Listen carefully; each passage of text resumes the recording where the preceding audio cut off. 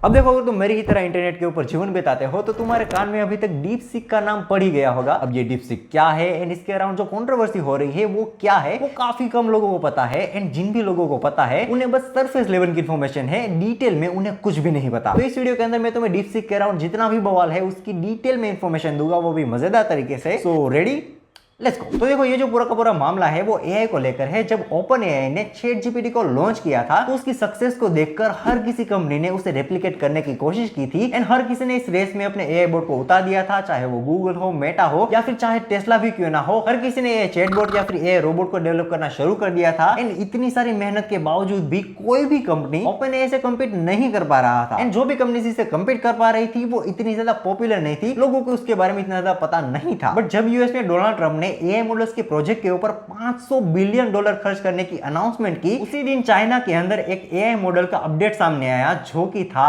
DeepSeek R1। And इस model ने सारे के सारे एआई चैटबॉट को पछाड़ के रख दिया, कोई भी कंपनी इसके आसपास भी नहीं आ सकती थी। अगर तुम सिर्फ चैट जीपीटी को ही ले लो तो वहां पर उसके बेंचमार्क से लेकर हर किसी जगह पर हम इसे कंपेयर करते हैं DeepSeek से, तो चैट जीपीटी वहां पर मात खा जाता है। एंड DeepSeek के आने की वजह से वहां पर बहुत बड़ा धमाका हुआ है, वो तो जाहिर सी बात है। बट इस धमाके के अंदर सबसे बड़ा जो नुकसान हुआ है वो है एनवीडिया का। अब अगर तुम्हें नहीं पता कि एनवीडिया क्या है, तो बेसिकली एनवीडिया प्रोसेसर चिप बनाती है एंड इसके भी अलावा ग्राफिक कार्ड्स को भी मैन्युफैक्चर करते हैं, जैसे कि तुमने RTX 4070, RTX 4060 एंड RTX 4080 का नाम सुना होगा। ये सारे ग्राफिक कार्ड एनवीडिया ने ही प्रोड्यूस किए हैं। And Nvidia data processing chipset बनाती है जो कि एआई मॉडल्स की कंप्यूटिंग पावर को बढ़ा देती है। अब आई नो तुम्हें बाउंसर चला गया होगा, कुछ भी समझ में नहीं आया होगा। सिंपल शब्दों के अंदर ये जो एआई मॉडल होते हैं उसमें सबसे मेन रोल होता है एनवीडिया की चिपसेट का। अब तुम यहाँ पर सोच रहे होगे कि इसमें क्या बड़ी बात है, तो देखो यहाँ पर लॉजिक समझो कि जो एआई कंपनीज होती है उनका मेन पर्पस होता है अपने यूजर को सबसे बेस्ट एक्सपीरियंस प्रोवाइड करना। एंड वो तभी होगा जब उनकी चिपसेट बहुत ही ज्यादा पावरफुल होगी, वो बहुत ही ज्यादा एफिशिएंट होगी। तो यहाँ पर एनवीडिया इस चीज के लिए उन कंपनीज के पास से बहुत ही ज्यादा बड़ी रकम डिमांड कर सकती है एंड उन कंपनीज को उसे देना भी पड़ेगा अगर वो चाहते हैं कि वो अपने यूजर के लिए बेस्ट एक्सपीरियंस प्रोवाइड करें। पर इन सारी बातों को कट करते हुए मैं तुम्हें एक चीज बताना चाहता हूं कि जब DeepSeek को लॉन्च किया गया था तो उसने बवाल मचा दिया था, क्योंकि इस एआई मॉडल को सिर्फ $6 मिलियन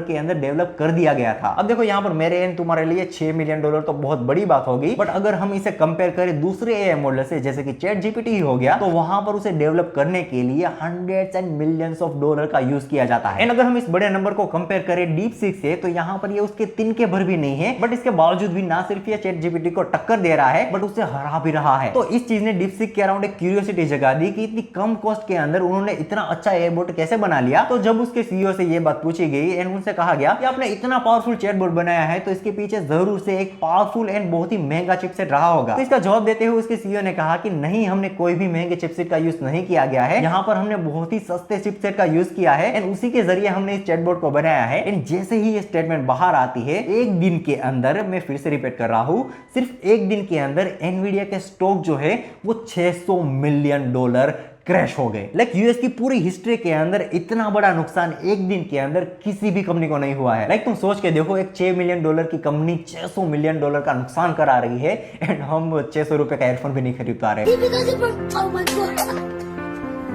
पर DeepSeek के न्यूज में आने के पीछे का जो रीजन था वो ये पॉजिटिव एंड कॉम्पिटिटिव बातें नहीं थी, उसके ऊपर बहुत ही ज्यादा गंभीर आरोप लगाए गए थे। जैसे कि सबसे पहले जो DeepSeek की ओरिजिन है वो चाइना की है, इसकी वजह से जाहिर सी बात है कि उसके ऊपर ज्यादा लोग ट्रस्ट नहीं कर रहे हैं, क्योंकि उसका जो डेवलपमेंट एंड हेडक्वार्टर है वो दोनों ही चाइना के अंदर आए हुए हैं। तो बाकी की सारी जो कंट्रीज है जैसे कि US, Italy and south Korea, उन्होंने इसके ऊपर आपत्ति जताई है कि हमें चाइना के लक्षण के बारे में पहले से ही पता है एंड हम उस पर विश्वास नहीं कर सकते हैं। तो इसीलिए ये सारी जो कंट्रीज है उन्होंने अभी से इस सब के यूज पर अपने अपने कंट्रीज में रोक लगा दी है। हाँ, बेसिकली उन्होंने अपनी कंट्रीज के अंदर इसे बैन कर दिया है। इसके पीछे का जो मेन रीजन है वो भी काफी ज्यादा साफ है कि उन्हें डर लग गया कि क्या होगा अगर ये जो चाइनीज कंपनी है जो इतनी ज्यादा पॉपुलर है वो हमारे ही सिटीजन का डेटा यूज करके हमारे ही खिलाफ इसे अगर यूज करेंगे तो हम क्या करेंगे। तो सबसे पहले तो उन्होंने इसे बैन कर दिया एंड यूएस तो उस हद तक चला गया कि यूएस से जितनी भी चिपसेट चाइना में एक्सपोर्ट होती है उनके ऊपर भी बैन लगा दिया, जिससे कि चाइना इस प्रोजेक्ट को आगे ही ना बढ़ा पाए। एंड एक और कंट्रोवर्सी जो कि DeepSeek के अराउंड इमर्ज हुई है, जो कि हम इंडियंस के लिए काफी ज्यादा कंसर्निंग है, वो है डीपसीक की सिलेक्टिव सेंसरशिप, जैसे कि तुम्हें पता है कि चाइना के अंदर सेंसरशिप बहुत ही ज्यादा स्ट्रिक्ट है एंड वो कहीं कहीं बात बहुत ही ज्यादा बायस भी हो जाती है। तो वही सेम चीज यहाँ पर आपको डीपसीक के साथ भी देखने को मिलती है, जहां पर वो कुछ पर्टिकुलर टॉपिक के ऊपर बात करने से मना कर देता है। जैसे कि अगर आप उसे 1989 के टाइमर स्क्वायर प्रोटेस्ट के बारे में पूछते हैं, आई होप कि मैं उसे ठीक से प्रोनाउंस कर रहा हूं, बट अगर आप उसे पूछते हैं तो वो उसका जवाब नहीं देता है। अगर आप उसे ताइवान के बारे में कुछ पूछते हैं तो भी वो आपको जवाब नहीं देता है। अगर आप उसे चाइना की कुछ सेंसिटिव प्रॉब्लम्स के बारे में पूछते हैं तो भी वो आपको जवाब नहीं देता। एंड हद तो यहाँ पर हो जाती है, अगर आप उसे कुछ पॉप कल्चर के रेफरेंस के बारे में पूछते हैं तो वो वहां पर भी आपको जवाब नहीं देता, वो वहां पर भी आपसे बात करने के लिए रेडी नहीं होता। जैसे कि फॉर एन एग्जांपल, अगर आप उसे विनी द पू के बारे में पूछते हैं तो वहां पर वो आपको कहता है कि ये मेरे स्कोप के बाहर की चीज है, चलो कुछ और बात करते हैं। इन इंडिया को लेकर भी काफी सारे टॉपिक के ऊपर ये चीजों को सेंसर कर देता है। जैसे कि अगर आप इसे इंडिया के स्टेट के बारे में पूछते हैं तो ये नहीं बताता। अगर आप उसे पूछते हैं कि अरुणाचल इंडिया का पार्ट है या फिर नहीं, तो वहां पर भी आपको जवाब नहीं देता। एंड काफी सारी और भी चीजें हैं जहां पर वो चीजों को सेंसर कर देता है। पर बेसिकली अगर हम इसे देखने जाए तो डीपसीक बेसिकली कंट्रोवर्शियल टॉपिक्स के ऊपर बात करने से डरता है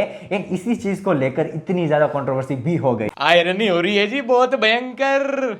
बट सबसे मेन क्वेश्चन आपके दिमाग के अंदर आ रहा होगा कि क्या डीपसीक हमारी इंफॉर्मेशन को चोरी कर रहा है? तो वो तो काफी ज्यादा आम सी बात है, हर कंपनी करती है, तो ये भी कंपनी करेगी। पर सिंस यहाँ पर चाइना इन्वॉल्व है एंड हमें पता है कि how we see China as a country, तो उसको लेकर कंसर्न यहाँ पर और भी बढ़ जाते हैं। एंड प्राइवेसी को लेकर ही एक और बहुत बड़ी कंट्रोवर्सी डीपसीक के अराउंड भी आ गई थी। लियान वेंगफेंग, आई होप कि मैं उसे ठीक से प्रोनाउंस कर रहा हूँ, बट जब वो चाइना के प्रीमियर को मिलने गए तो वहां पर उन दोनों की इमेज वहां से वायरल होगी। एंड इसी चीज को लेकर बाकी सारे जो देश थे वो चिंता में आ गए कि क्या होगा अगर ये जो कंपनी है उसे चाइना ही ओन कर रही है एंड चाइना ही उसे कंट्रोल कर रही है। अब देखो इसके पीछे कितनी सच्चाई है ये तो हमें नहीं पता है, बट वी जस्ट होप कि ऐसा कुछ ना हो। एंड अगर ऐसा होता है तो यहाँ पर बहुत ही सीरियस कंसर्न खड़े हो जाते हैं। तो आई होप कि ये पूरा एक्सप्लेनेशन एनालिसिस जो भी तुम इसे कहना चाहो तुम्हें ये पसंद आया होगा। मैंने बस कुछ मोटे मोटे टॉपिक्स को कवर करने की कोशिश की है। आई होप कि आपको सारी की सारी चीजें ठीक से समझ में आ गई होगी एंड आपको मजा भी आया होगा। अगर आपको मजा आया है, वीडियो देखने में अच्छा लगा है, तो प्लीज सब्सक्राइब करो, मेरे साथ जुड़ो। बाकी मैं मिलता हूँ तुम्हें एक और अमेजिंग वीडियो के अंदर। तब तक के लिए जय हिंद,